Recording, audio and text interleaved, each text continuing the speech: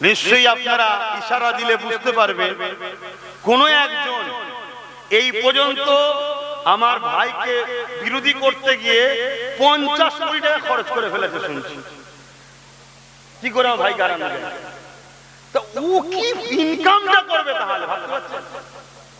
কি ব্যবসা তাহলে চলছে শুনছেন?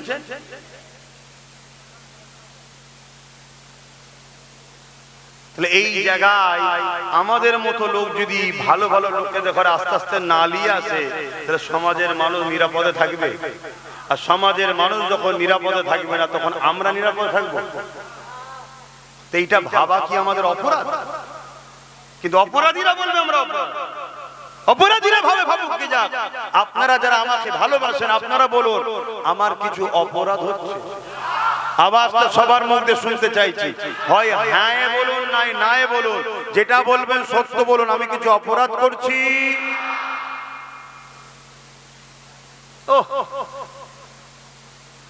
আল্লাহ নবী দিনের জন্য এমন দিন গেছে, আল্লাহ নবী পেটে পাথর পর্যন্ত বেঁধে কাটিয়েছে।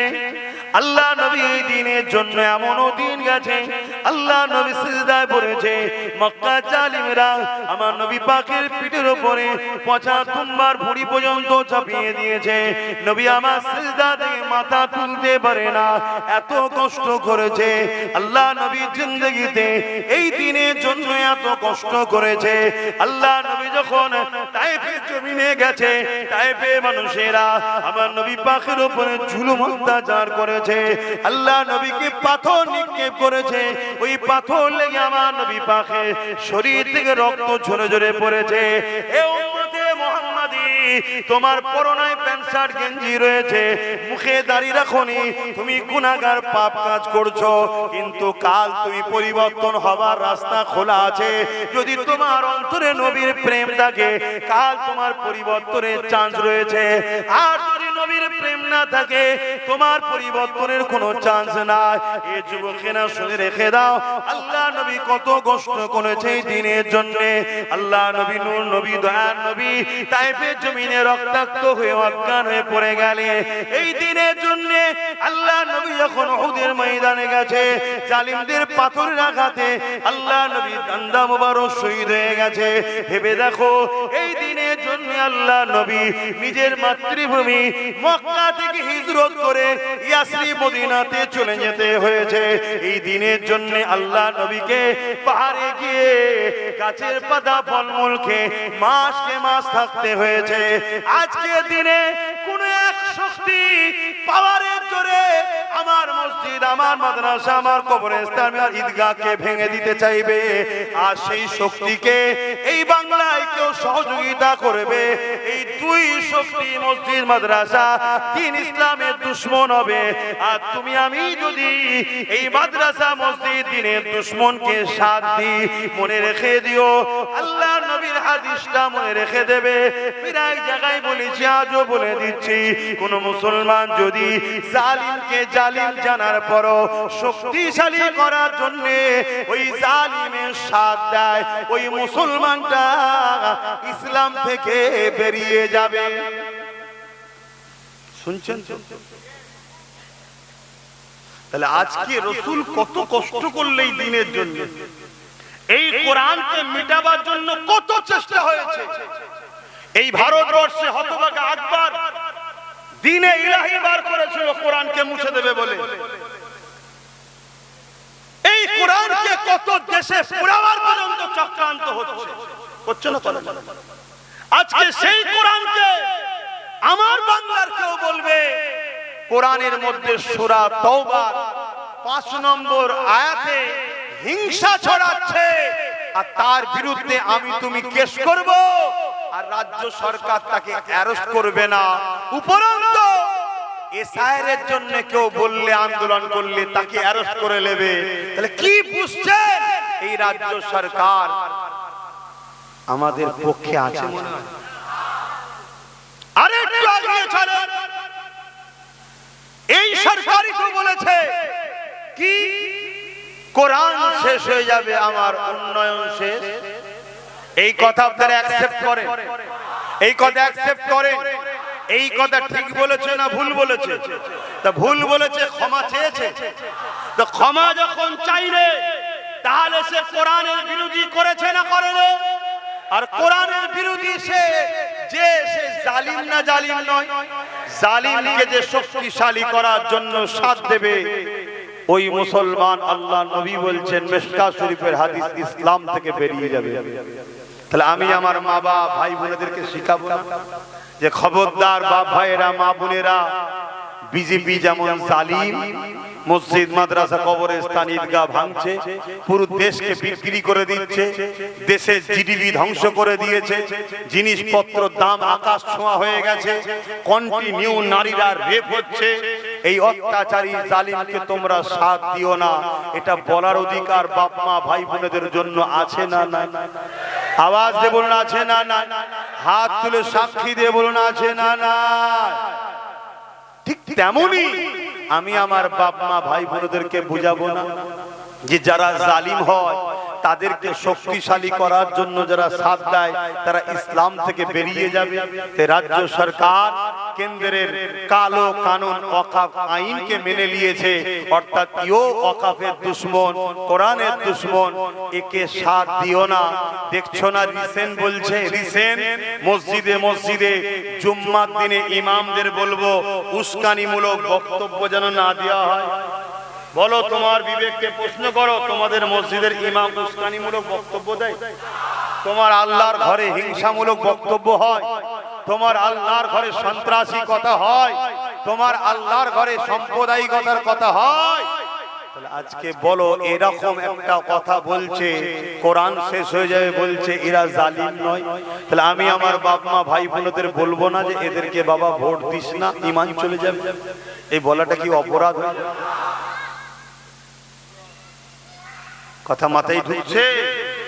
কিন্তু এতে কিছু মুসলমানদের অসুবিধা হচ্ছে দেখছি, এতে কিছু মুসলমানদের কিছু অসুবিধা হচ্ছে। ভাই তোমার অসুবিধা হলো কেন ভাই? বলছে না আপনি আমার নেতা নেত্রীর বিরুদ্ধে বললেন তাই। ও তাই নাকি? খুব ঠান্ডা মাথায় বুঝুন তো, আপনার নেতা নেত্রীর বিরুদ্ধে আব্বাস সিদ্দিকী বলেছে আপনার কষ্ট হচ্ছে, আর আপনার নেতা নেত্রী রাজনীতি ছেড়ে দিয়ে আমার ধর্মে আঘাত দিচ্ছে, এটা আমার কষ্ট হওয়ার দরকার আছে না? না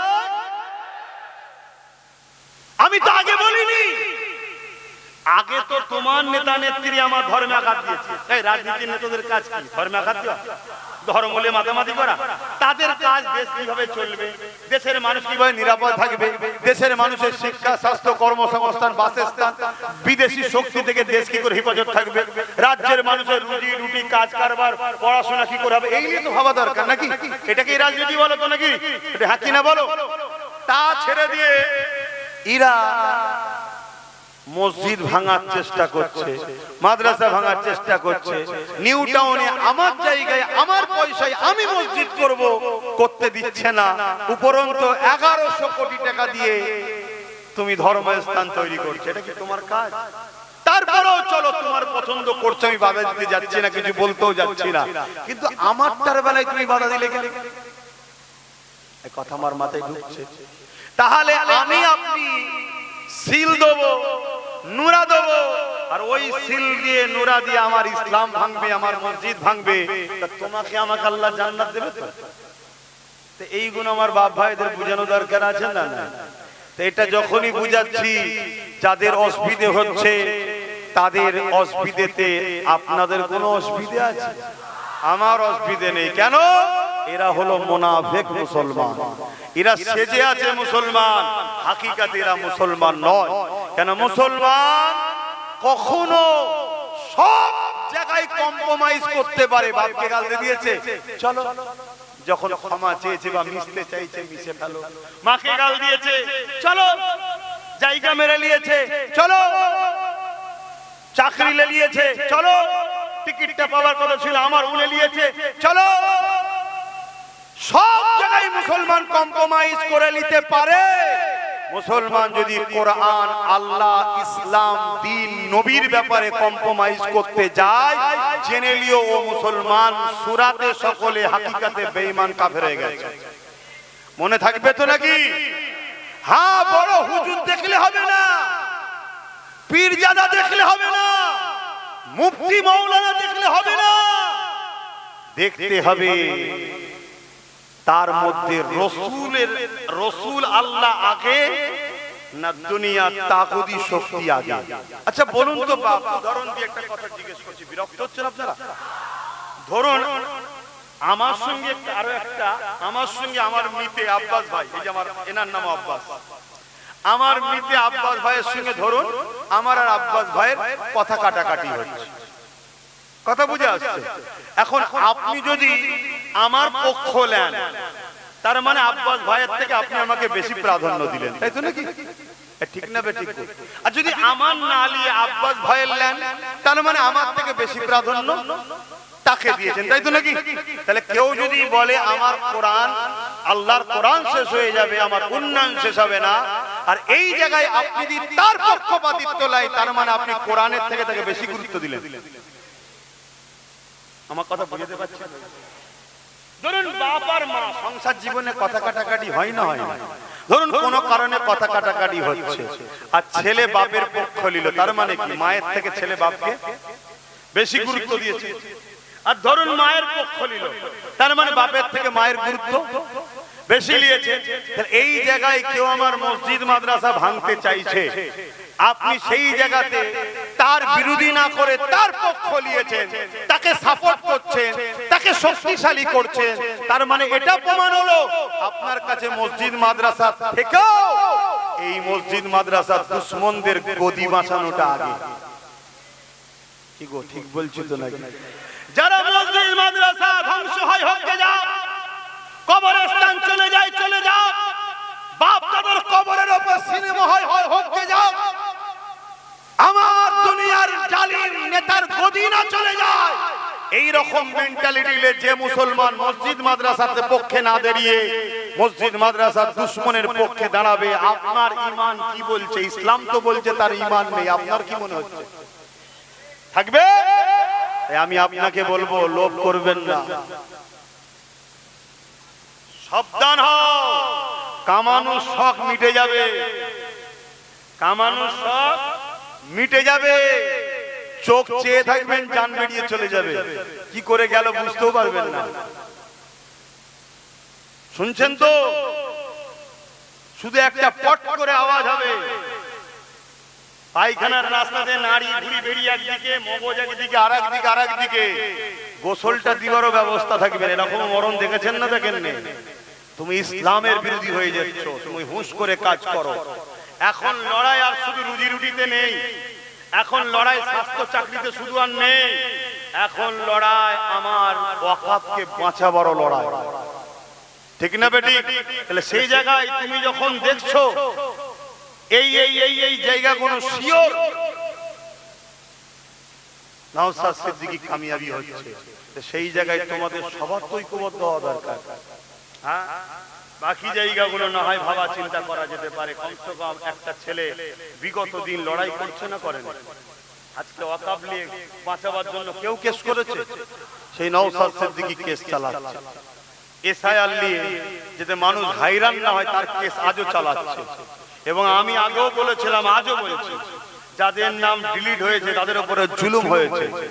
আপনার যদি 2002 লিঙ্ক এবং বৈধ নাগরিক আপনি হন, আপনার উপর জুলুম হয়ে থাকে, আগেও যে কথা বলেছি আজও বলছি, আপনি ঘাবড়াবেন না, ঘাবড়ে নিজের জীবনের ক্ষতি করবেন না। আপনাকে পলিসি অবলম্বন করতে হবে, এবং ওই বিপদে আপনি একা নেই, আপনার সাথে আমি আব্বাস সিদ্দিকী আছি, এটা কথা দিয়ে যাচ্ছি। এবং মনে রাখবেন, অহংকার করছি না, আমার সাথে বাংলার অগণিত যুব সমাজ আছে, বলুন আলহামদুলিল্লাহ। আর যুবক যাদের পক্ষে, ও বাকি সবাই অটোমেটিক তাদের পক্ষে, যুবকটাই সব থেকে ফ্যাক্ট, ঠিক না ঠিক? দেখছেন না মিডিয়াতে বেরোচ্ছে যে আমাদের দিকে সবাই আছে, যুবকরা নেই, অতএব 1500 করে টাকা দেওয়া হচ্ছে, বুঝাও যে গুটকা খাওয়ার জন্য দিচ্ছে। দেখেছেন না? দেখেন, হ্যাঁ কে না বলবেন? তাহলে গুটকা খাওয়াবার জন্য 1500 টাকা দিচ্ছে। গুটকা আমাদের জন্য স্বাস্থ্যকর না ক্ষতিকর?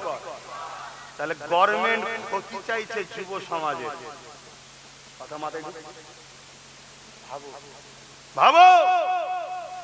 হোক 10,000 টাকা, যদি একটা কর্মসংস্থান হতো এই যুবক কিন্তু অনেক উপকৃত হতো, ঠিক না বেশি? তো যাই হোক ভাই, আমি দুটো কথা একটু অন্য বিষয়ে বললাম, কথা বুঝে আসছে? কেন রাজনীতির ট্রেনিং আমাদেরকে দিতে হবে না? কথা বলে না, ওই বললাম তো মসজিদ মাদ্রাসা দুশ্মনের সঙ্গে সাথে দেবে, 1000 টাকা লিখেছে ইসলাম থেকে গেল, এটা ট্রেনিং দেবো না বাপ ভাইদেরকে? এই জন্য দিলাম। যদি আপনার মনে হয় যে আপনার কথা রেখে দিকে যান, তা রেখে দেন, অসুবিধা নেই। আল্লাহ রসুল বলেছেন ঈমান আছে না নাই আপনি বুঝবেন কি করে? আপনি আপনি আপনি আপনি আপনি যে যার মতো বুঝবেন কি করে আপনার ঈমান আছে না নাই? এই ঈমান দেখা যায়, তা আছে না নাই বুঝবেন কি করে? আল্লাহ রসুল বলেছেন কেউ যদি ভুল করে আর তাকে যদি তার ভুলটা কেউ ধরিয়ে দেয় যে ভাই এটা ভুল, তুমি মসজিদ মাদ্রাসার বিরোধী করুনি, ওয়াকাবের দুশমনদের সাথ দিওনি, শুনছেন? এটা শোনার পরে সে যদি অনুতপ্ত হয় যে হ্যাঁ ভাই আমি ভুল করছি, আমি ভুল করে ফেলেছিলাম, এই অনুতপ্ত তার মধ্যে যদি থাকে, জানবেন তার মধ্যে রসুল বলছেন ঈমান আছে। জোরে বলুন সুবহানাল্লাহ। আমি এই বিষয়টা উদাহরণ দিলাম, কিন্তু আরো বিষয়, কোন ছেলে হয়তো সিনেমা দেখেছে, তাকে বলা হলে তুমি সিনেমা দেখছো এটা গুনার কাজ, অন্যায় কাজ, সে যদি বলে হ্যাঁ ভাই আমি সত্যি ভুল করে ফেলেছি, তওবা করছি, আল্লাহ মাফ করুন, শুনছেন? আল্লাহ রসুল বলছে গুনাহগার, কিন্তু ওর মধ্যে ঈমান আছে। দ্বিতীয় রসুল বললেন যার মধ্যে 3টে লক্ষণ নেই, 3টের মধ্যে কোনো একটা লক্ষণ যার মধ্যে পাওয়া যাবে না, তার মধ্যে ঈমান নেই। নাম্বার 1, অন্যায় দেখলে হাত দিয়ে রুখতে হবে। অন্যায় দেখলে হাত দিয়ে রুখতে হবে। যদি হাত দিয়ে রুখতে না পারো, মুখ দিয়ে প্রতিবাদ করতে হবে। মুখ দিয়ে প্রতিবাদ করার লক্ষণ যদি না পাওয়া যায়, অন্তর থেকে ঘৃণা করে দূরে সরে যেতে হবে। যদি এই লক্ষণটাও না থাকে, তার মধ্যে ঈমান, জোরে বলেন, জোরে বলেন। তাহলে কেউ যদি বলে মাদ্রাসা আর বাচ্চাদেরকে মিড ডে মিল দেবো না, কুকুরের বাচ্চাদের, রাস্তার পথচারী কুকুরের বাচ্চাদেরকে দেবো, এ কি আমার মাদ্রাসার বাচ্চাদের অপমান করলো না? এটা নাই না অন্যায়? এই অন্যায়ের বিরুদ্ধে তোমার যদি অন্তর থেকেও ঘৃণা না থাকে, তা তুমি কিসের ঈমানদার দাবি করছো? কথা মাথায় ঢুকছে? এই গুণ বাপ ভাইদেরকে জানানো হলো। আপনারা কি বসে গিয়ে ফেঁসে গেছিলেন নাকি? কি গো আব্বা জানেরা, বসে গিয়ে ফেঁসে গেলেন নাকি? একটু সাবধানে থাকবেন, আখরি জামানা। আসুন একটু সালাম করবো, ইয়া নবী সালাম।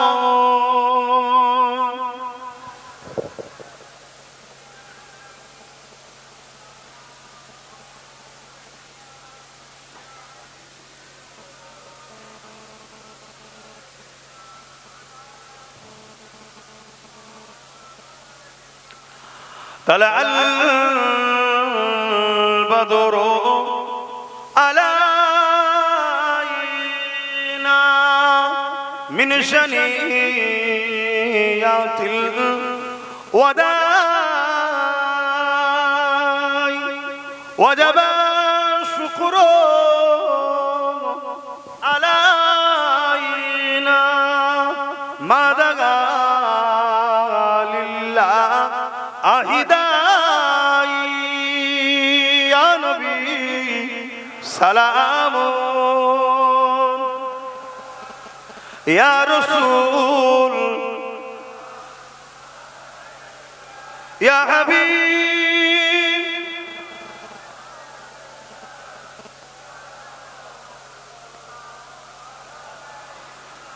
ইয়া নবী মাদিনা সব কিছুই পারে দেখিতে, মোদের লাশ কবরে রাখিলে লইবেন আপন করে। নবী সালাম ইয়া রাসূল, ইয়া হাবিব।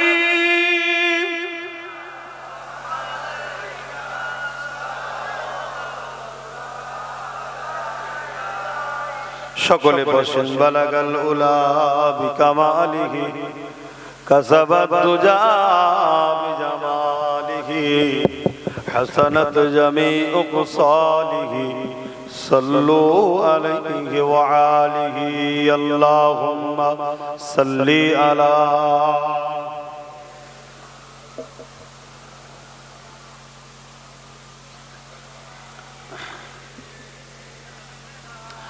ভাইরা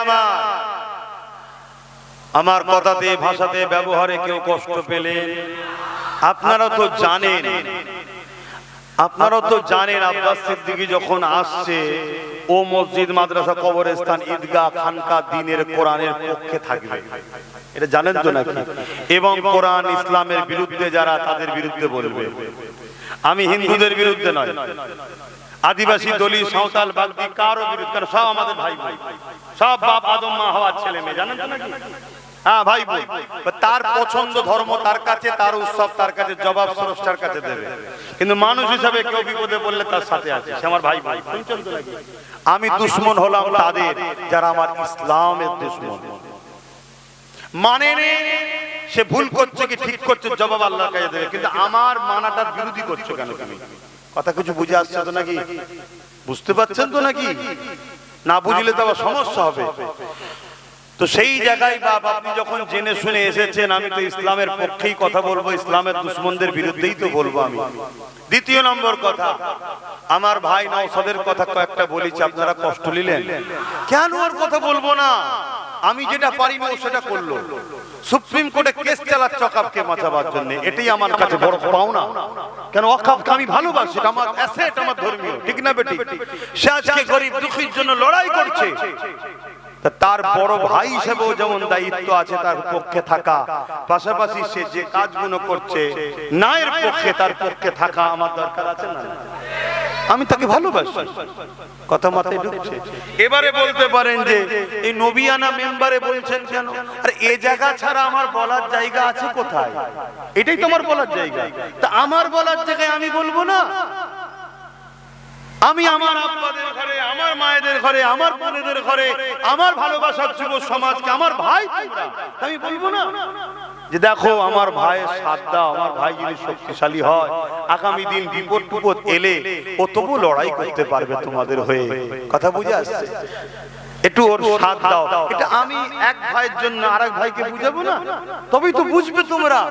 আজকে যদি 2021-এ আমার কথা শুনে যদি আমার ভাই 15-20টা পেত, তাহলে আজকে এই এসআইআর এর হ্যারাসমেন্ট হতো। খেয়াল করে দেখো, ভাবো, তাহলে সেই জায়গায় কাল কি বিপদ আসছে তুমি জানো? তাহলে সেই জায়গায় ওসিলা হিসাবে আমি তো রয়েছি, দোয়া করব, আন্দোলন করব, সব ঠিক আছে, কিন্তু আইনে লড়াইয়ের জন্য যদি তার হাত শক্তিশালী হয়, তার সাথে যদি 15-20টা আরো বেশি যদি আল্লাহ দেয়, তাহলে এটা তোমাদের জন্য উপকার হবে না? তাহলে এই জায়গায় এটা তুমি বুঝাবো, এটা আমি বুঝাবো। সেই বুঝানোটা আপনারা কেউ কষ্ট নিলেন? বাস, আল্লাহ কবুল করেন। সারা বছর জলসা মাহফিল করি, সারা বছরই কি আর এক ধরনের কথা হয়? অনেক কিছু আলোচনা হয়। এখন পরীক্ষার সময় কাছে এসে গেছে, তা যে সাবজেক্ট চলছে সেই সাবজেক্টের উপর একটু বেশি করে, একটু হালকা হালকা একটু বুঝালাম। অসুবিধা হলো না তো? কি গো, যেনারা দাঁড়িয়ে আছে অসুবিধা হয়েছে? তাবারুক আছে? তাবারুক তো নেই রে ভাই, তাহলে অসুবিধা হয় না তো? আচ্ছা ঠিক আছে, আল্লাহ কবুল করেন। এখন দোয়া চাইবো। আসে দোয়া চাওয়ার আগে আল্লাহর কাছে তওবা করব, আল্লাহ আমাদের জীবনের গুনাহ যেন মাফ করে। আর একটা দোয়া আমি আপনাদের জন্য চাই, আপনারাও আমার জন্য, আমার ভাইয়ের জন্য দোয়া করবেন। আল্লাহ যেন আমার নলেজ সিটিকে কবুল করে, আমার ভাইকেও যেন আল্লাহ কামিয়াবি দেয়। বোন আল্লাহুম্মা আমিন। তো ভাইয়েরা আমার, আসেন আল্লাহ কখনো দেখা করে আবার আলোচনা হবে। আজকে এমনি হঠাৎ করে আজকে যেন একটু বেশি গরম লাগছে না, একটু শরীর ক্লান্তও আমার লাগছে। যাই হোক, অনেক কষ্ট করে দুটি কথা বললাম। আসেন সকলে তওবা করি। বিসমিল্লাহির রহমানির রহিম। আল্লাহ তাআলা আমি জানা অজানা ইচ্ছা ও ইচ্ছা সকল গুনাহ হইতে তওবা করিতেছি।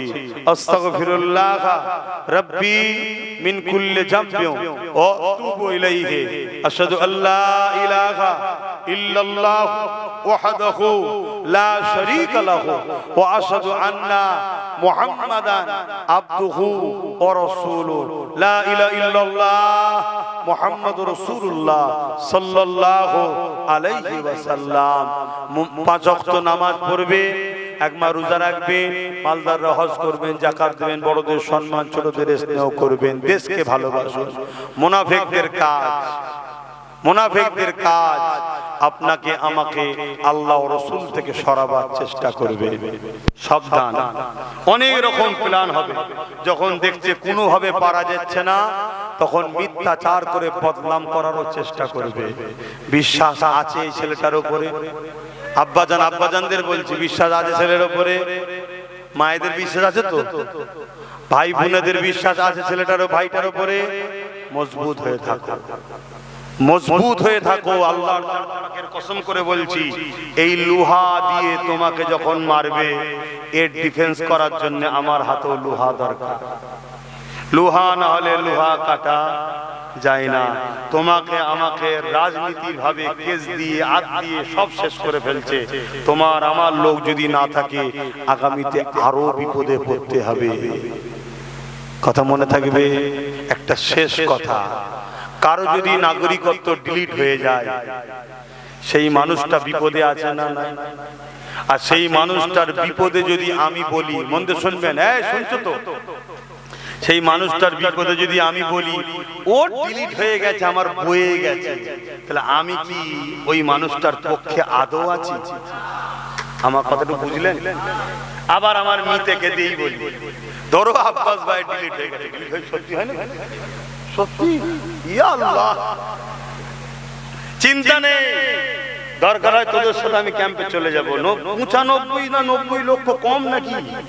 ভালো পীর মুরিদি চলবে, কোনো টেনশন, ওইখানে জলসা করব আমি, তোদের সাথে আমিও থাকব। অত সহজ নাকি? কিন্তু আমরা ভুল করি, ভুলটাকে স্বীকার করতে হবে। ভুল করি, আমরা বিশ্বাস করেছি যার উপরে সে আমাদের সঙ্গে গাদ্দারি করেছে, হ্যাঁ কি না? প্রকাশ্য দুশমন কখনো সামনাসামনি মোকাবেলা করার ক্ষমতা রাখে না। বিশ্বাস করেছি যার উপরে সে ধোঁকা দিয়েছে। উদাহরণস্বরূপ একটা এক্সাম্পল দেবো, অসুবিধা হচ্ছে না তো? এক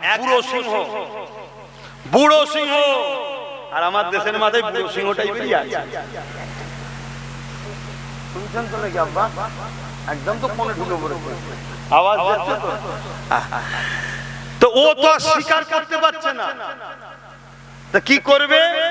শিয়ালকে ধরেছে, আর শিয়াল গিয়ে বনের জঙ্গলকে সব বুঝাচ্ছে। হারা রাজা মশাই এই কিছুদিনের জন্য একটু বেড়াতে যাবে, তো তোকে রাজগদিতে বসাবে, চ। ময়ূর বলে, না ভাই, রাজা হওয়ার শখ আমার নেই, আমি যাবো। একে তাকে বলে, কেউ সাথ নেয় না। লাস্টে গাধাকে গিয়ে বলেছে, গাধা তোকে তো খুব স্মার্ট লাগছে রে দেখতে, কি ব্যাপার? চ, রাজা মশাই তো তোকে খেয়াল করছে, উনি একটু সফরে যাবে, তোকে গদিতে বসাবে। গাধা বড় খুশি হয়ে গেল, তাই নাকি? চ তাহলে। যাচ্ছে, আর যেই গেছে, আর সিংহ কি করে ধরতে গেছে, যেই ধরতে গেছে, গাধা লাভ বেড়ে ধরতে গেছে, তো বুড়ো হয়ে গেছে, কান দুটো এখন ছিঁড়ে গেছে, কান দুটো ছিঁড়ে গেছে। শিয়াল তখন বলছে, রাজা মশাই আপনি তো কাছে না আসার আগেই ধরে ফেললেন, ও তো পালিয়ে গেল, তো দাঁড়ান আমি বুঝিয়ে দেখছি। আবার গিয়ে বলছে, সত্যি তুই গাধা, কান থাকলে মুকুট পড়বি কি করে? এজন্য কান দুটো রাজা মশাই তুলে দিল। বলছে, তাই তো, ঠিকই তো, চলো আবার যাই। আবার গিয়ে যখন হয়েছে, আর ওকে ভালো করে ধরেছে, ধরতে ঠিকভাবে পারেনি, লেজ থেকে ধরেছে, টান মেরেছে, গাধার লেজ ছিঁড়ে চলে গেছে। এবারে শিয়াল এসে বলছে, সত্যি তোকে আর পারলাম না।